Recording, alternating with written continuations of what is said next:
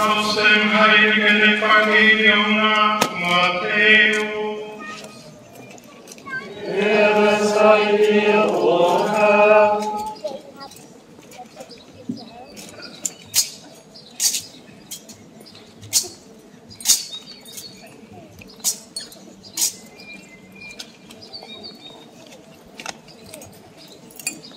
In jener Zeit sprach Jesus: Ich preise dich, Vater, Herr des Himmels und der Erde, weil du all den Weisen und Klugen verborgen, den Unmündigen aber offenbart hast.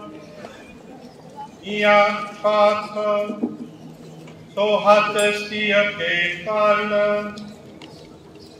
Mir ist von meinem Vater alles übergeben worden. Niemand kennt den Sohn, nur der Vater. Und niemand kennt den Vater, nur der Sohn und der, dem es der Sohn offenbaren will. Kommt alle zu mir, ihr euch platt und schwere Lasten zu tragen habt. Ich werde euch Ruhe verschaffen. Nehmt mein Joch auf euch und lernt von mir, denn ich bin gütig und von Herzen demütig. So werdet ihr Ruhe finden für eure Seelen. Denn mein Joch drückt nicht, und meine Last ist leicht.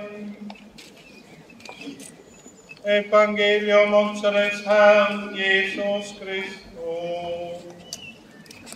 Lob sei dir, Christus.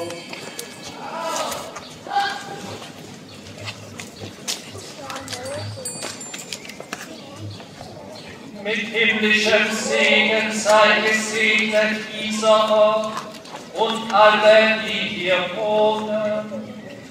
Die Früchte der Erde und die Werke unserer Hände. Im Namen des allmächtigen Gottes, des Vaters und des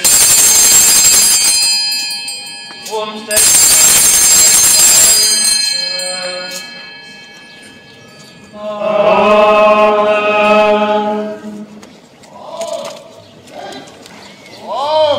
Gebet! Marie! Gut! Auf! Ab! Roll! Hopp!